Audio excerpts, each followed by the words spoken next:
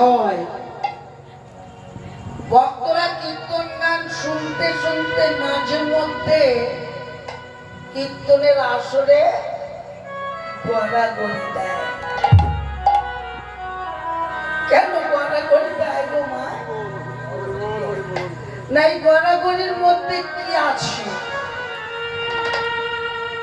না, শাস্ত্রে বললেন এই নবদ্বীপের সংকীর্তনের তুলায় গড়াগড়ি দিলে কৃষ্ণ ভক্তি উদয় হয়। বাবা বাবা আপনি যদি কৃষ্ণ ভক্তি লাভ করতে চান, হাটে বাজারে দোকানে কখনো কৃষ্ণ ভক্তি কিনতে পাবেন না। ভক্তি পাওয়া যায় কোথায় বাবা? ভক্তি পাওয়া যায় এই ভক্তের কাছে।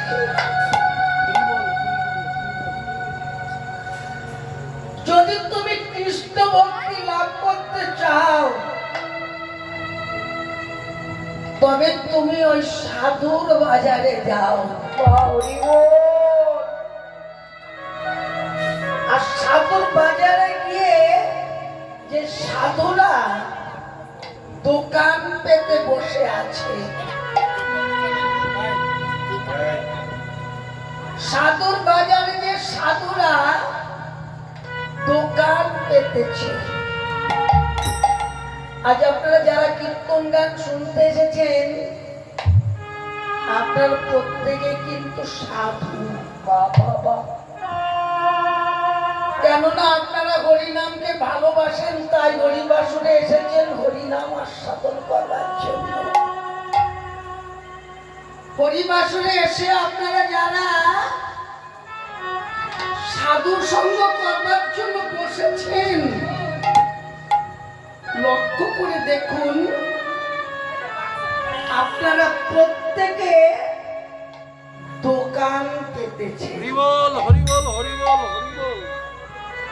দোকান অর্থাৎ দুটি কান। এই দুটি কান পেতে যারা গভীর আগ্রহে হরিনাম আস্বাদন করে, যদি পারো তুমি সেই ভক্তের চরণ তলে পড়ে একটু গলা করে দিও। হরিবল।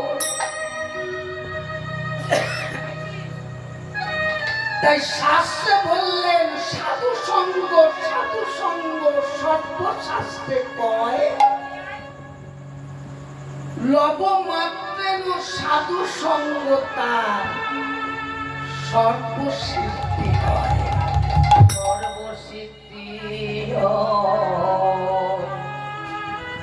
তাই আমার মহাপ্রভু নবদ্বীপের পাড়ায় পাড়ায় ঘোষণা করে দিলেন, তোমরা হরিনাম করো।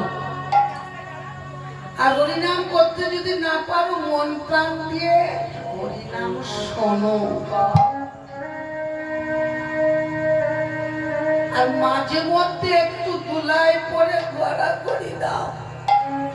হরিবল হরিবল। গড়াগড়ি দিয়ে কি করতে হবে? বৃন্দাবনের খেলা হলো মাঠে হুলাহুলি,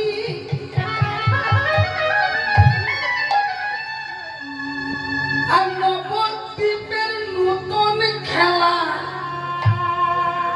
শুধুই কোলাকুলি।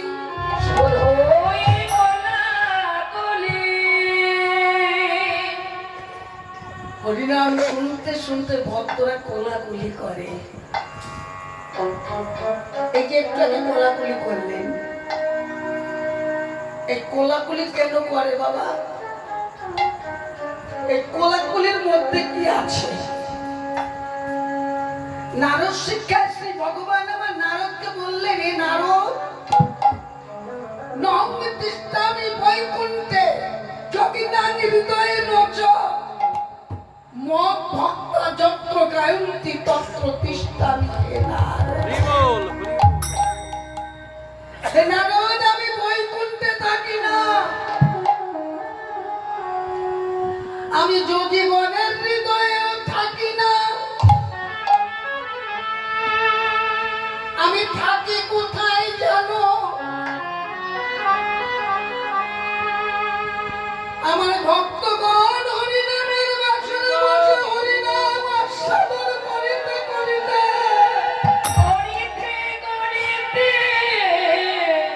এক ভক্ত ছুটে গিয়ে যখন আরেক ভক্তকে বুকের মাঝে জড়িয়ে ধরল,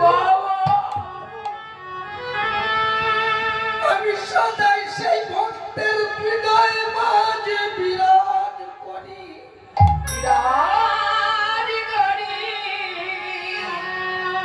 ভক্ত হৃদয়ে সতত গোবিন্দ বিশ্রাম। এই যে আপনারা যতজন ভক্ত হরিনাম শুনে হরিনাম করেন, প্রত্যেকটি হৃদয়ে কিন্তু ভগবান বিশ্রাম। হরি বল, হরি বল, হরি বল। তাই মাঝে মধ্যে এক ভক্ত ছুটে গিয়ে আরেক ভক্তকে কোলাকুলি করতে হবে। তাই আমার মহাপ্রভু নিজে হরি হয়ে বদনে হরিনাম করছেন আর নবদ্বীপে ঘোষণা রাখছেন, তোমরা হরিনাম করো, হরিনাম শুনো, ধুলায় গড়াগড়ি দাও, আর যদি পারো এক ভক্ত আরেক ভক্তকে কোলাকুলি করো। কেননা এই হরিনাম ছাড়া জীবের আর কোন গতি নাই।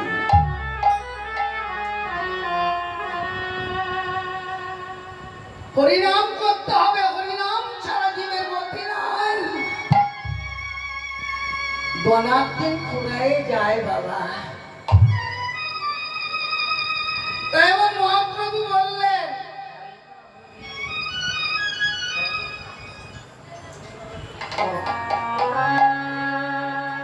ওরে একবার খেলনা ভরি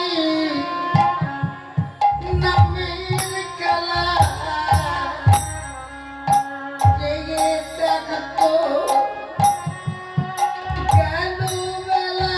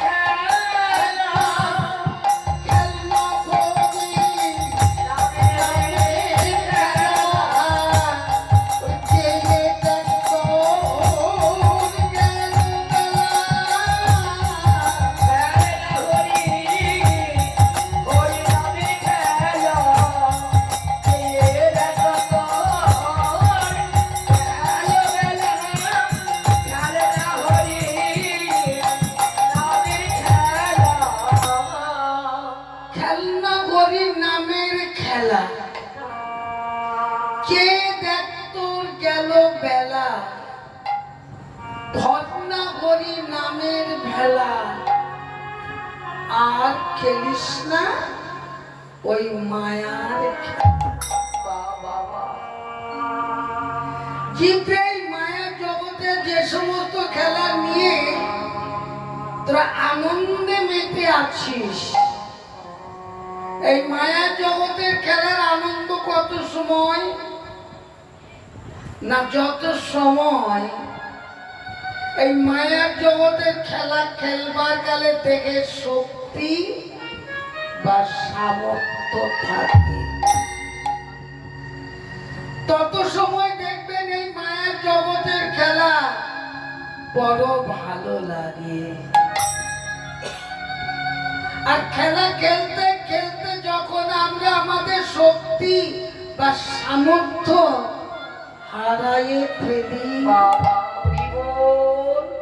তখন দেখবেন এই মায়ার জগতের খেলা আর ভালো লাগে না, লাগে না। কিন্তু আমার মহাপ্রভু বললেন, আজ আমি তোদের জন্য যে নতুন খেলা নিয়ে এসেছি, এই খেলা খেলবার জন্য কোনো শক্তির প্রয়োজন হয় না,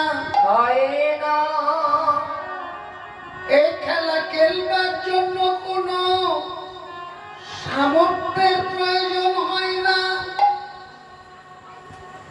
এই খেলা খেলবার জন্য কোনো বয়সের বাধ্যকতা নাই। তুই যদি মনে করিস বাল্যকালে এই হরিনাম করবি, বাল্যকালে এই হরিনাম করতে পারবি। আবার বাল্যকাল যদি তোর ধুলা খেলায়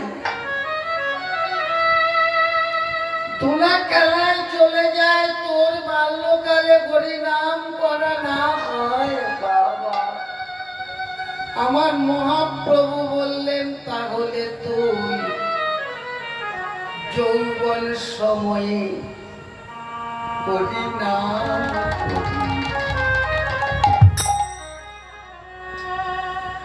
আবার যৌবন সময়ে যদি রঙ্গরাসের খেলায় মেতে গিয়ে কামিনী কাঞ্চনে মত্ত হয়ে তুই যৌবন সময়ে যদি হরিনাম করতে না পারিস, মহাপ্রভু বললেন, এখনো সময় থাকতে একটু হরিনাম কর। বাল্যকালেও যখন বলা হলো না, যৌবন সময়ে যখন বলা হলো না, তুই বৃদ্ধ সময়ে ঠাকুর ঘরে বসে বসে হাতে পাও দিয়ে হরিনাম করিস।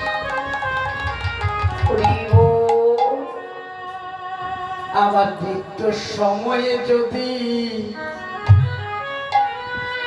ওই নাতি নাতনিদের সামাল দিতে গিয়ে এই সংসারের ঘানি টানতে টানতে তোর জীবনে হরিনাম করা না করা না হয়, আমার মহাপ্রভু বললেন, মৃত্যুর সময়ে যখন হরিনাম করলি না, একদিন না একদিন তোর গণার দিন ফুরাইয়া যাবে। যেদিন তোর চরণে থাকবে না চলার শক্তি, যেদিন তোর নয়নেরা থাকবে না দৃষ্টি শক্তি, যেদিন তোর বদনের থাকবে না বলিবার শক্তি একদিন না একদিন তোর কপে কণ্ঠখানা রোদ হয়ে যাবে। পাড়া প্রতিবেশীরা যখন তোকে ধরাধরি করে নামাইয়ে দিনে ঘরের বাইরে তুলসী তলায়, সারা জনমের মধ্যে যখন কোনো দিনের জন্য একটু হরিনাম করলে না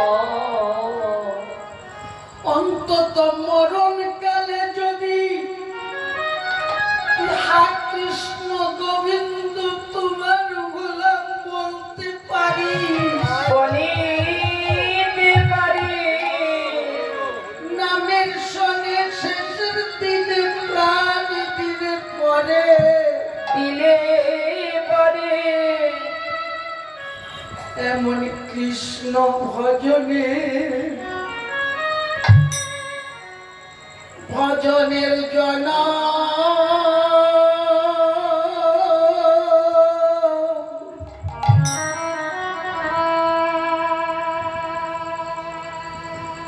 জনম তোরা আয়া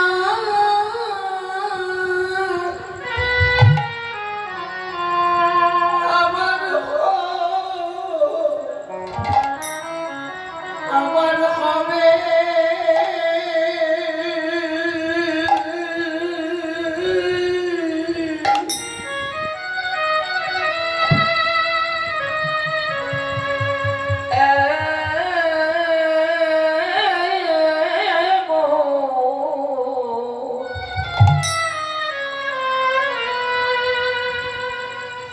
কৃষ্ণ ভজনে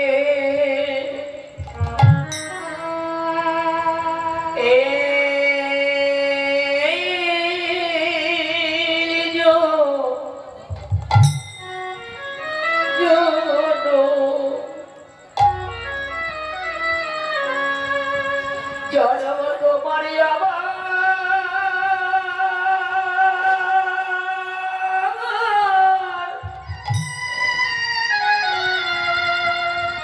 আবার হবে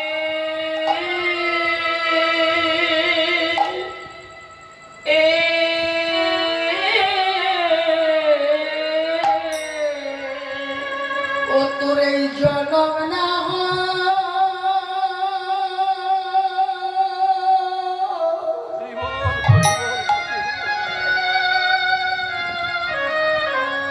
এই জনম না হয় বৃথা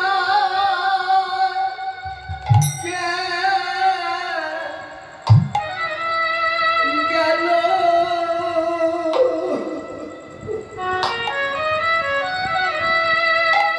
ওরে মন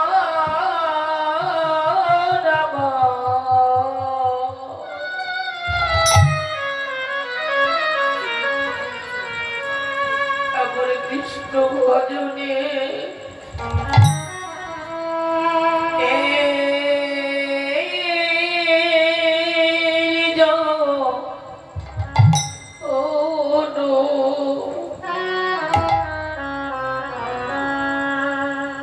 জনম তোমারি আবার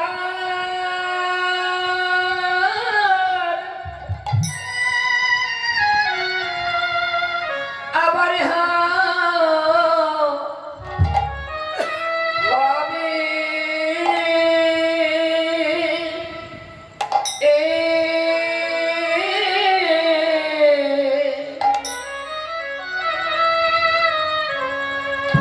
যদি নামের সনে প্রাণ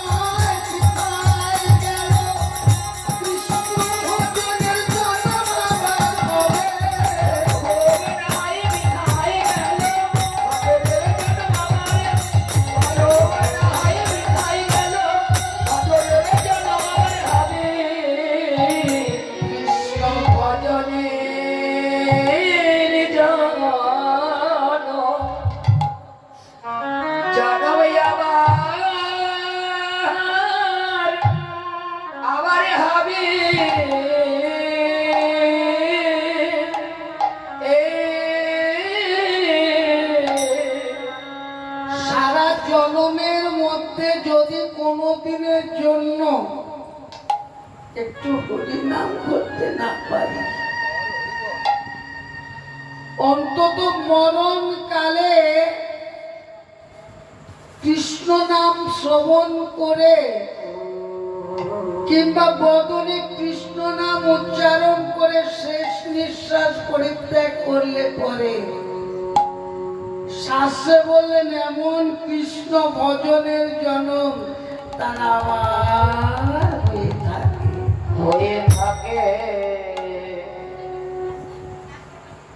যদি বলেন তার কি শাস্ত্রে কোনো প্রমাণ আছে? তার প্রমাণ হলেন আমার রামকৃষ্ণ ঠাকুর। রামকৃষ্ণ ঠাকুর যেদিন মৃত্যু শয্যায় শায়িত হলেন, বাবা আপনারা তো জানেন রামকৃষ্ণ ঠাকুর ছিলেন কালী মায়ের ভক্ত। সারা জন্ম তিনি কালী মায়ের সেবা পূজা করেছেন। আর সেই রামকৃষ্ণ ঠাকুর যেদিন মৃত্যু শয্যায় শায়িত হলেন, ঠাকুরের আরাধ্যা দেবী কালী মা রামকৃষ্ণ ঠাকুরের শিহরের পাশে এসে বসেছেন। শিহরের পাশে বসে রামকৃষ্ণ ঠাকুরের এই শির অর্থাৎ মাথাটা কোলের উপর তুলে নিয়েছে। কোলের উপর তুলে নিয়ে দুটি চোখের জলে বদন ভাসিয়ে কাঁদছেন আর বলছেন, বাবা রাম, বাবা রাম, তোর তো গলার দিন ফুরাইয়া গেল, তোর এখন মহাযাত্রার সময় হলো। তুই তোর এই মরণ কালে বদনে একটু সুদামাখা কৃষ্ণ নাম কর। মায়ের কান্না দেখে, মায়ের কথা শুনে রামকৃষ্ণ ঠাকুর কেঁদে ফেললেন। কাঁদতে কাঁদতে মায়ের ভাঙা চরণ বুকের মাঝে জড়াই ধরলেন। মা, মা গো, সারা জীবন তোর নাম করেছি, সারা জীবন তোর পূজা দিয়েছি, শয়নের স্বপ্নে নিশে জাগরণে তোকে আমি আমার কাছে কাছে পেয়েছি। আর এখন কিনা বলছিস এই মরণকালে কৃষ্ণ নাম গাইতে? কে কৃষ্ণ? আমি তো কৃষ্ণকে চিনি না। যদি কৃষ্ণ নাম স্মরণ করে কিংবা কৃষ্ণ নাম উচ্চারণ করে শেষ নিঃশ্বাস পরিত্যাগ করলে জীবের পক্ষে মঙ্গল হয়। তুই তো আমার মা, আর যখন সন্তানের মরণ কালে তার শিশুর পাশে তুই আমার শিহরের পাশে বসে তোর বদন উপরে সুদামাখা কৃষ্ণ নাম কর। আর তোর মুখে কৃষ্ণ নাম শুনিতে শুনিতে আমি আমার শেষ নিঃশ্বাস পরিত্যাগ করি। তাই শাস্ত্রে বললেন তোমরা সবাই নাম করো, নাম ভজ, নাম করো সার। এই কলি জীবের এই সুদামা কাটার ছাড়া গতি নাই গো মা। গতি নাই গো মায়ার। তাই গরি না কৃষ্ণ না গে গে যাও ও বীরা। হরি নাম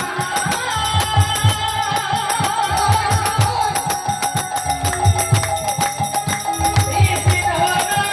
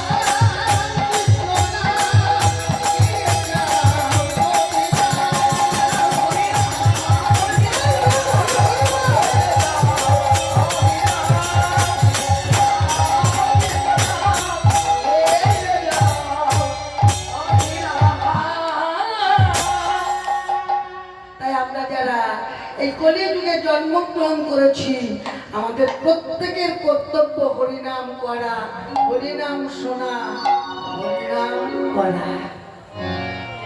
এবার গৌর হরি নদিয়ার পথে পথে হরিনাম গাইতে গাইতে যেই মাত্র সুরধুনির ঘাটের কূলে এসেছেন, ওই সুরধুনির ঘাটের কূলে এসে গৌরের একটা নূতন ভাবে উদয় হয়ে গেল। আর সুরধুনি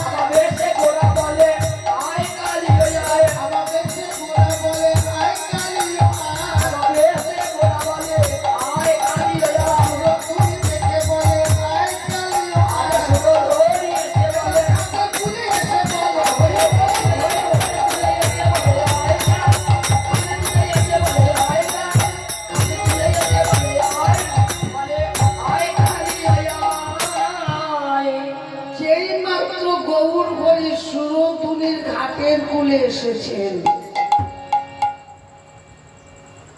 ওই সুরধুনিকে লক্ষ্য করে গৌর হরি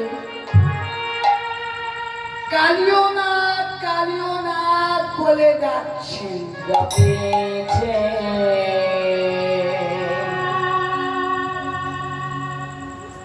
ভাবাবিষ্ট পদকর্তামা বললেন, হায় রে হায়, আমার গোরা কেন কালিয়নাথ বলে ডাকে? এগো তোমরা কি জানো এই কালিয়নাথ ছিল কোথায়?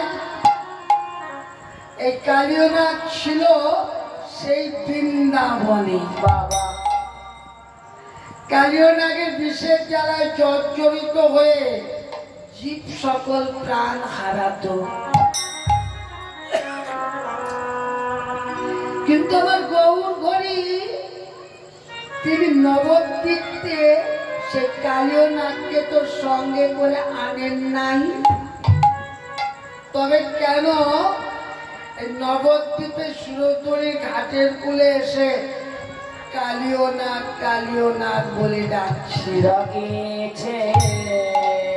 কেন গো? বলেন এটা হলো লীলা। একদিকে লীলা আর অপর দিকে শিক্ষা। বৃন্দাবনে যেমন করে কালীয় নাগের বিষের জ্বালায় জর্জরিত হয়ে জীব সকল প্রাণ হারাতো, ঠিক তেমনি করে এই নদিয়া নগরে নবদ্বীপে যেইখানে সুরতরীর ধারা বইছে, সেই সুরতরীর ঘাটের কূলে কুণ্ডলিনী আকারে একটা বিষধর শৈল্পিনী বিরাজ করছে। আমরা তো ক্ষুদ্র জীব, আমরা বুঝতে পারি না, তাই না মা? দিনের পর দিন প্রতিদিন ওই ঘাটের কূলে যাচ্ছি আর অকালে এই প্রাণটা বিনাশ করছি। তাই জগৎ শিক্ষা করে বৈষ্ণব কবি তুলসীদাস বললেন, দিনকা ডাকিনী রাতকা বাঘিনী পলকে পলকে লঘু চষে, दुनिया का आदमी सब बावरा होता है, घर घर की बाघिनी पोषे पोषे। तुलसीदास बोलेन दिन का डाकिनी दिनेर बेलाय करे डाकाती, रात का बाघिनी रात्रि बेला करे बाघिनी न्याय व्यवहार। आस्ते আর সেই ব্যবহারে কি হয় না, পলকে পলকে লঘু চুষে। লঘু মানে রক্ত, কখন যেন আমাদের অজান্তে আমাদের এই দেহের রক্ত চুষে নেয়, আমরা বুঝতে পারি না। তাই তুলসীদাস বলেন, দুনিয়াকে আদমি সব বাवरा होता है। दुनिया तक पृथ्वी आदमी मानी लोग बावरा अर्थात पागल। বলেন এই পৃথিবীতে যত লোক আছে সবাই এক একটা জ্যান্ত পাগল। যদি পাগল না হবে তবে কেন তারা জেনে শুনে একজন করে ডাকিনী বা বাঘিনী বা নাগিনী ভাত কাপড় দিয়ে ঘরে এনে পুষছে? বাবা, এই কথা শুনে বৈষ্ণব গোসাই বললেন, তুলসীদাস তুমি অমন করে ডাকিনী বললে কেন? তুমি অমন করে বাঘিনী বললে কেন? তুমি অমন করে নাগিনী অর্থাৎ সাপিনী বা বললে কেন? বলে সাপ এমন একটা জন্তু, সেই সাপ ঘরে থাকুক, জঙ্গলে থাকুক কিংবা জলের মধ্যেই থাকুক, কথাগুলি মন দিয়ে শুনবেন। সাপকে যদি কেউ আঘাত না করে, সাপ কি কখনো কাউকে ছোবল মারে? তুমি আঘাত না করলেই পারো, তুমি ঘাটের কূলে না গেলেই পারো বাবা, তবেই তো তোমায় সে আর কোনদিন ছোবল মারে না, মারে না। তুলসীদাস বললেন, গো বৈষ্ণব গোসাই,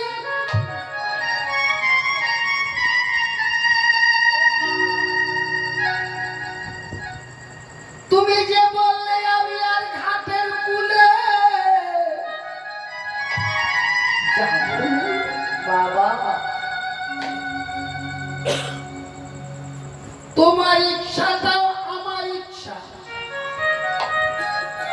আমি আজ ভাবি ওই ঘাটের কূলে গিয়ে যখন মৃত্যু মরণ মরেছি, আমি কাল থেকে আর ওই ঘাটের কূলে যাব না। আমি আজ যখন ওই ঘাটের কূলে গিয়ে মৃত্যু মরেছি,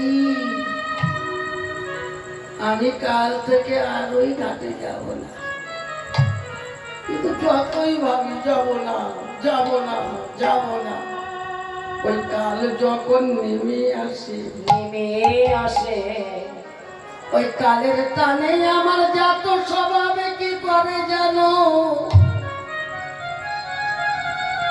আমার জাত স্বভাব আমাকে বারে বারে নিয়ে যায় গো, বারে বারে নিয়ে যায় গো, বারে বারে নিয়ে যায় গো, বারে বারে নিয়ে যায় গো। আমি আর যাবো না, বারে বারে নিয়ে যায় গো, ওই আমি আর যাব না, বারে বারে নিয়ে যায় গো। ওই আমি আর যাবো না, বারে বারে নিয়ে যায় গো, ওই আমি আর যাব না, বারে বারে নিয়ে যায় গো, আমি আর যাব না,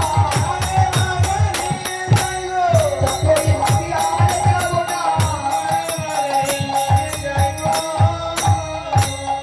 আমি যতই ভাবি আর যাব না, আমাকে বারে বারে ওই ঘাটের কুলে নিয়ে যায়। নিয়ে যায় ও এতক্ষণ বাদে বুঝলাম তুমি ঘাটের কুলে না গিয়ে আর থাকতে পারছো না, কিন্তু বাবা ঘাটের কুলে না গিয়ে যদি না থাকতে পারো, যাবার আগে কেন একটু সন্ধান জেনে যাও না। বলে সন্ধান সে কি? তুমি কি চোখে কিছুই দেখতে পাও না? এই জগতে যত সাপুরে আছে, সাপ ধরা যাদের কাজ, সাপকে নিয়ে খেলা করা যাদের জাত স্বভাব, মোটামুটি বলা যায় সেই খেলা ছাড়া যারা মোটেই থাকতে পারে না,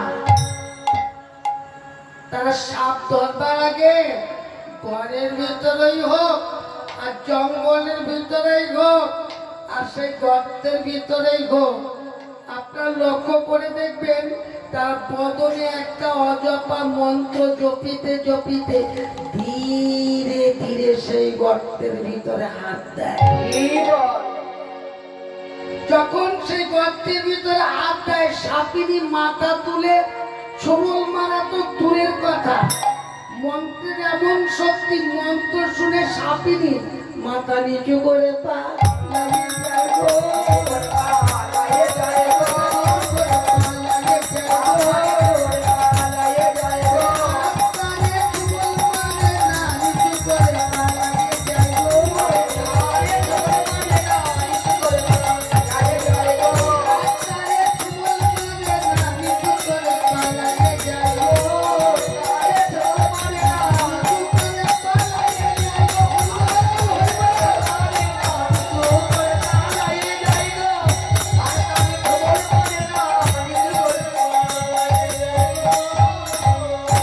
ঠিক তেমনি করে এই নদিয়া নগরের নবদ্বীপে একজন সাপুরে আছেন, আবার একজন নাগিনীও আছে।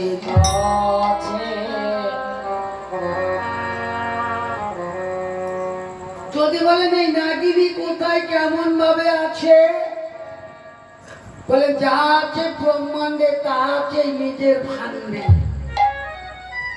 আমাদের এই দেখো নবদ্বীপে যেইখানে সুরধুনির ধারা বলছে, সেই সুরধুনির ঘাটের কুলে কুলকুণ্ডলিনী আকারে একটা বিষধর সর্পিনী বিরাজ করছে। আমরা তো ক্ষুদ্র জীব, তাই আমরা বুঝতে পারি না, দিনের পর দিন প্রতিদিন ওই ঘাটের কুলে যাচ্ছি আর অকালে এই প্রাণটা বিনাশ করছে। আর যদি বলেন এই সাপুরে কে বাবা, শাস্ত্রে বললেন বীজমূলে পঞ্চমূর্তি দেখায় যে জন, দেখায় যে আমার গুরুকে শ্রী গুরু বলি, সেই শ্রী যদি কোনো ভাগ্যবান কোনো ভাগ্যবতী ভাগ্যবতী একবার ঘাটের কুলে যাবার আগে আজ পরম দয়াল শ্রী গুরু চরণ আশ্রয় করে গুরু প্রদত্ত অজপা নাম জপিতে জপিতে যতবার খুশি ততবার ওই ঘাটের কুলে যাতায়াত করুক না কেন কেন অকাল মরণ হয় না গো, অকাল মরণ হয় না গো, অকাল মরণ হয় না গো। গুরু কৃপা বলে করে অকাল মরণ হয় না গো। গুরু কৃপা হলে পরে অকাল মরণ হয় না গো, গুরু কৃপা বলে করে অকাল মরণ হয় না গো। গুরু কৃপা হলে পরে না জেনে যেতে পারলে অকাল মরণ হয় না গো, সকাল জেনে যেতে পারলে অকাল মরণ হয় না গো, অকাল মরণ হয় না গো। সন্ধান জেনে যদি কেউ গুরু কৃপা লয়ে সেই ঘাটের কুলে যেতে পারে, শাস্ত্রে বললেন তার ঘাটের কুলে গিয়ে আর অকাল মরণটা হয় না। হয় না তাই এত কঠিন মহাপ্রভু এবার জলে ছাপে দিল, এত কহি মহাপ্রভু জলে যাব দিল, এত কঠিন মহাপ্রভু জলে ছাপ দিল। এত কহি মহাপ্রভু জলে যাব দিল। বাসুদেব বুঝি আমার কাঁদিতে লাগিল, আর বাসুদেব ঘটে আমার কাঁপিতে লাগিল, বাসুদেব বুঝি আমার কাঁদিতে লাগিল, কাঁদিতে লাগিল, কাঁদিতে লাগিল। গৌর জলে ঝাঁপিল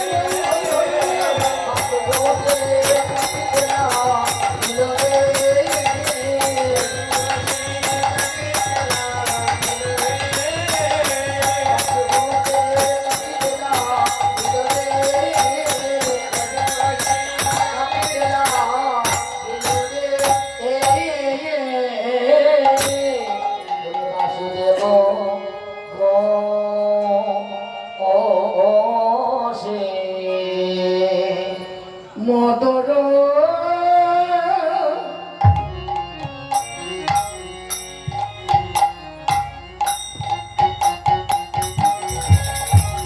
মধুর বৃন্দাবনে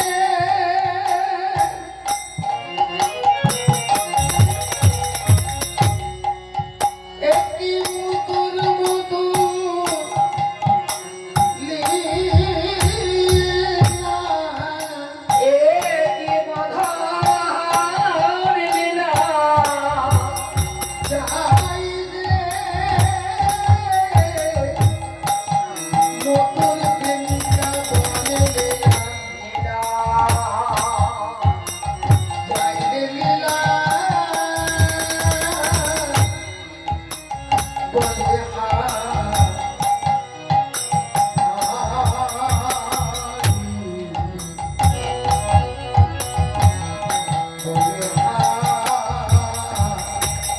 হরে হরে জয়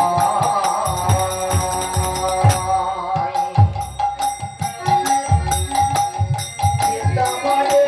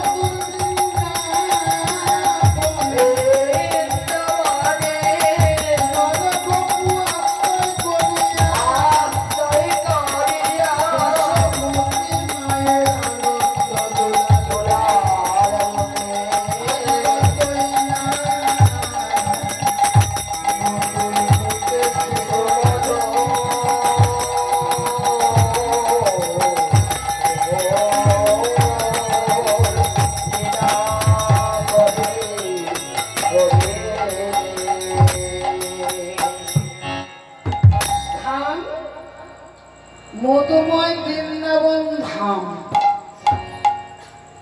আর এই বৃন্দাবন ধামে আমাদের এখনকার আলোচ্য বিষয় কালীয় দমন।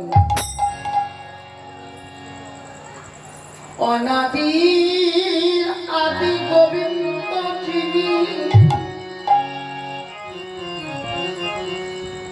যিনি সর্ব কারণের কারণ,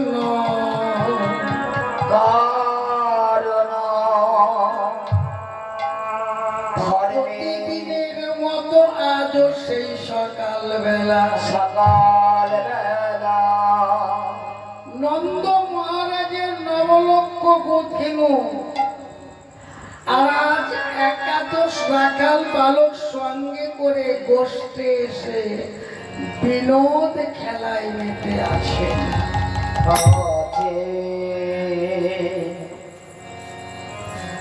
একাদশ রাখাল বালক কেন? আমরা তো জানি দ্বাদশ রাখাল। দেখুন আজ দাদা বলরামের জন্মদিন, তাই গোবিন্দ আমার আজ বসতে আসেন নাই। বলরাম বসতে আসে নাই বলে একাদশ রাখাল বালক সঙ্গে করে গোষ্ঠী এসে বিনোদ খেলায় মেতে আসে।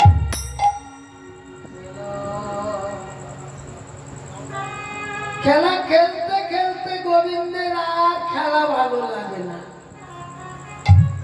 কেন না? আজকের খেলার মধ্যে দাদা বলরাম নাই। বাবা বলরাম বলরাম যিনি খেলবার কালে বলে আর রাম নাম বলে, তিনি হচ্ছেন দাদা বলরাম। তাই খেলা ভালো লাগে না বলে গোবিন্দ আমার কি করলেন, আজ খেলিতে নত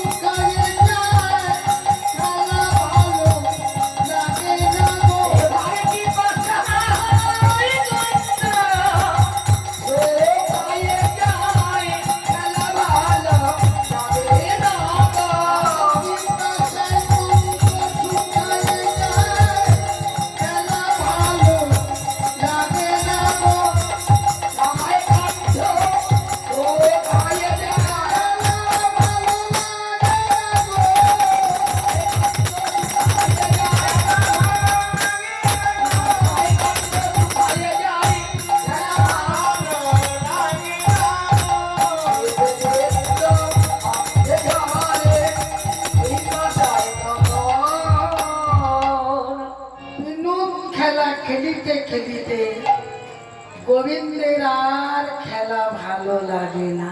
লাগে না কেন? আজকে খেলার মধ্যে দাদা বলরাম নাই। বলরাম বলরাম যিনি খেলবার গেলে বলে আরাম দান করেন। তাই খেলা ভালো লাগছে না বলে সকল রাখাল বালকগণ কি করলেন, খেলা ছাড়ি সবে মিলি বইসে তরু তলে। বলে আর একে একে রাখাল গলে কইছে কানাই রে। সকল রাখাল বালকগণ বংশীবর তরুয়া তলে বসে বিশ্রাম করছেন। আর রাখালদের মধ্যে একজন রাখাল যার নাম হলো শ্রীরাম। শ্রীরাম ভক্ত। ভক্ত শ্রীরাম আমার কি করলেন, দুইটি হাত জোর করে কানাইকে ডেকে বলে, কানাই বড় পিপাসা ভাই, সইতে পারি না। একটি কাজ করবি ভাই, তুই এই বংশীবট তলায় বসে থাক,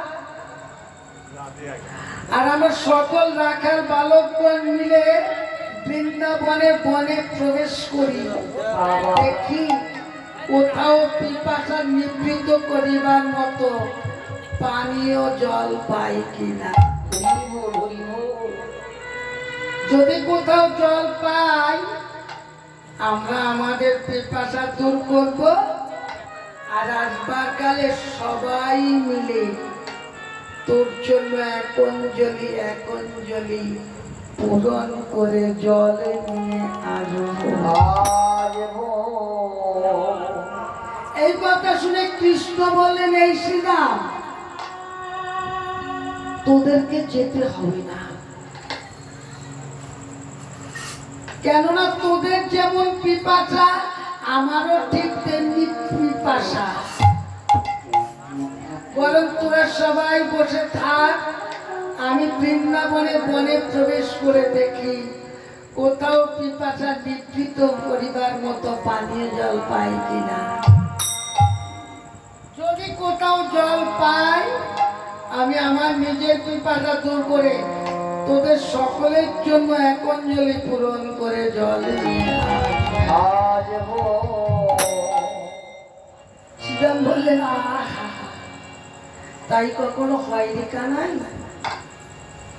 তুই বলি একা আনবি এক অঞ্জলি জল, আর চেয়ে দেখ আমরা কতগুলি সখা,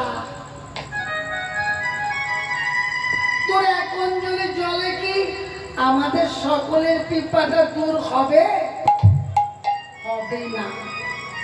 বরং কারে তুই একা যদি বসে থাকিস, আমরা সবাই যদি তোর জন্য জল নিয়ে আসি, কত আর খাবি, কত আর খাবি ভাই, কত আর খাবি ভাই, কত আর খাবি ভাই, সবাই মিলে জল নিয়ে কত আর খাবি ভাই, সবাই মিলে জল নিয়ে কত আর খাবি ভাই, সবাই মিলে জল নিয়ে কত আর খাবি ভাই, সবাই মিলে জল নিয়ে কত আর খাবি ভাই। আমরা সবাই মিলে যদি তোর জন্য এক অঞ্জলি পূরণ করে জল নিয়ে আসি, তুই আর কত জল খাবি? এই কথা শুনে কৃষ্ণ বললেন, শ্রীরাম রে, যাবার কালে না সবাই কথা দিয়ে যায়, যাবার কালে সবাই আমায় কথা দিয়ে যায়, কিন্তু যেই মাত্র তারা সেই পিপাসার জলের কাছে পৌঁছে যায়, পৌঁছে গিয়ে সবাই আমার কথা ভুলে যায়, ভুলে যায়। শ্রীরাম রে ভক্ত মম মাতা পিতা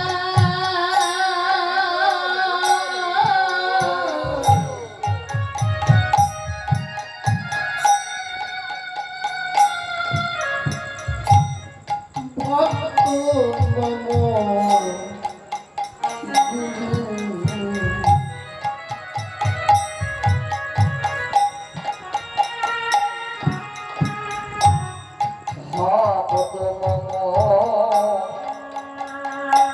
মাতা পিতা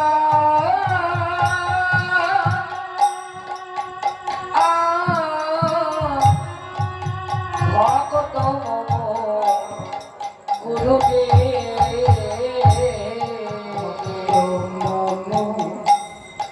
মাতা পিতা আয়া ভক্ত মম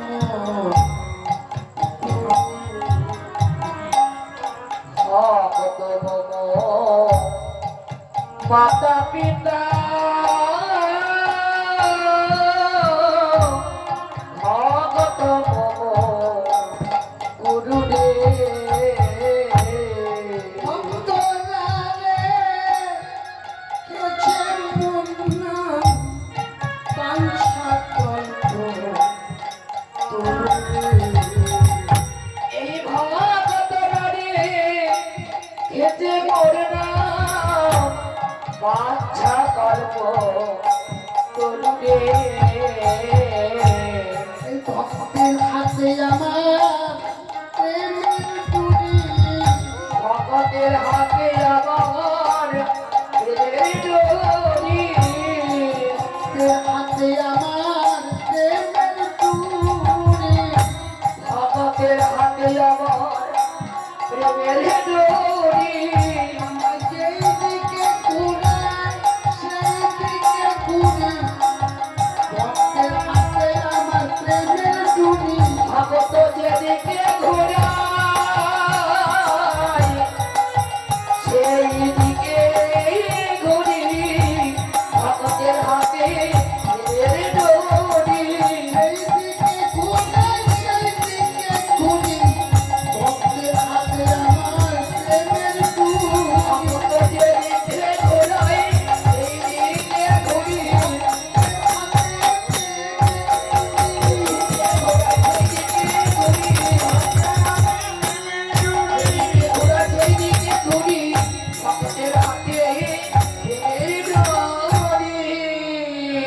ভক্তের হাতে যে আমার দ্বিতীয় আহার, ভক্তরা দিলে আমি খাই, আর ভক্তরা না দিলে সেই দিন আমি উপবাসী যাই। উপবাসে যায় ভক্তরা দিলে তবেই ভগবানের সেবা হয়, আর ভক্তরা না দিলে সেই দিন ভগবানকে উপবাস থাকতে হয়। ভগবান বললেন, আমার ভগবানের কত দুঃখ, ভক্তরা দিলে আমি খাই, আর ভক্তরা যদি না দেয় সেই দিন আমাকে উপবাস থাকতে হয়। তাই ভক্ত হলো আমার পিতা মাতা, শুধু তাই নয়, ভক্তরা হচ্ছে আমার গুরু। তাই তো আমি ভক্তকে বড় ভালোবাসি, আমি ভক্তকে বড় ভালোবাসি। এই ভক্তের হাতে হচ্ছে আমার প্রেমের ডুরি। ভক্তগণ যেই দিকে আমাকে ঘোরায়, তাই আমার আরেকটা নাম ভক্তাধীন ভগবান। ভক্ত যেদিকে আমাকে ঘুরায় আমি সেই দিকে ঘুরি। যেমন বাছুরির অনুগত গাধা, ঠিক তেমনি এই ভক্তের অনুগত আমি। প্রিয় জগতে যেমন বাছুরির অনুগত গাভী, ঠিক তেমনি ভক্তের অনুগত শ্রী ভগবান। এক ভদ্রলোক 5,000 টাকা দিয়ে একটা গাভী কিনেছে। গাভী বোঝেন তো, গাই গরু। গরুটা কিনে তার গলায় যে দড়িটা বাঁধা ছিল সেই দড়িটা ধরে রাস্তায় এসে টানাটানি করছে, কিন্তু গাভীটা কিছুতেই ভদ্রলোকের সঙ্গে যাচ্ছে না। ভদ্রলোক মনে মনে ভাবলেন, দুর্ভাগ্য, একটু দুধ খাবার লোভে গাইটা কিনেছিলাম, কিন্তু গাভী তো আমার সঙ্গে যাচ্ছে না। তাই যার কাছ থেকে কিনেছেন সেই বাড়ির মালিককে ডেকে বললেন, ও দাদা শুনুন শুনুন, একটু দুধ খাবার লোভে আপনার কাছ থেকে গাভীটা কিনেছিলাম, কিন্তু আমার দুর্ভাগ্য, এই গাভী আমার সঙ্গে যাচ্ছে না। আপনি এক কাজ করুন, আমার টাকাগুলি আমাকে ফেরত দিন, আর আপনি গাভীটা ফেরত নিন। বাড়ির মালিক বলল, বাবা, যে গরু একবার বিক্রি করে দিয়েছি সেই গরু আর ঘরে তুলে নেব না। এখন গাভীও ফেরত দেয় না, টাকাও ফেরত দেয় না। তখন দুজনের মধ্যে তুমুল ঝগড়া বেঁধে গেছে, এমন ঝগড়া বেঁধেছে মারামারি হয় উপক্রম। আর ঠিক সেই সময় একজন বৈষ্ণব গোসাই সেই পথ দিয়ে যাচ্ছিলেন। তাদের কলহ গন্ডগোল দেখে থমকে দাঁড়ালেন। দাঁড়িয়ে বললেন, ও বাবা, তোমাদের কি হয়েছে গো? তোমরা অমন করে ঝগড়া করছো কেন? ভদ্রলোক বলেন, আর বলবেন না গোসাই, একটু দুধ খাবার লোভে 5,000 টাকা দিয়ে এই গাড়িটা আমি কিনেছিলাম। এই গাড়িটা এখন আমার সঙ্গে যাচ্ছে না, তাই ওনাকে বললাম আমার টাকাগুলি ফেরত দিন আর আপনার গাড়িটা আপনি ফেরত নিন। কিন্তু কিছুতেই আমার টাকা ফেরত দিচ্ছে না। আপনি বলুন, ঝগড়া না করে পারা যায়? গোসাই বলেন, বাবা, বহুমূল্যের গাড়ি, 5,000 টাকা দাম। কিন্তু বাবা, যদি আমার কথা ধরো, কথা ধরো, তোমার ওই বহুমূল্যের গাড়ি যা দাম 5,000 টাকা, 1,000 টাকা, ওই 5,000 টাকা দামের গাড়ির আশাটা ছেড়ে দিয়ে আর যে ছোট্ট বাছুরি আছে সেই বাছুরিটা আগে কোলে তুলে নাও। তুলে নাও। যদি বাছুরি কোলে নিয়ে আগে আগে যেতে পারো, দেখবে তোমার ওই বহুমূল্যের গাড়ি যার দাম 5,000 টাকা, দেখবে তোমার ওই পাছু পাছু পাছু পাছু চলে যাবে, পাছু পাছু চলে যাবে, পাছু পাছু চলে যাবে, বাছুরিকে কোলে নিলে পাছু পাছু চলে যাবে, বাছুরিকে কোলে নিয়ে পাছু পাছু চলে যাবে, বাছুরিকে কোলে নিলে পাছু পাছু চলে যাবে। বাছুরিকে কোলে নিয়ে শ্রীরাম অবতীর্ণ পাছু পাছু চলে যাবে,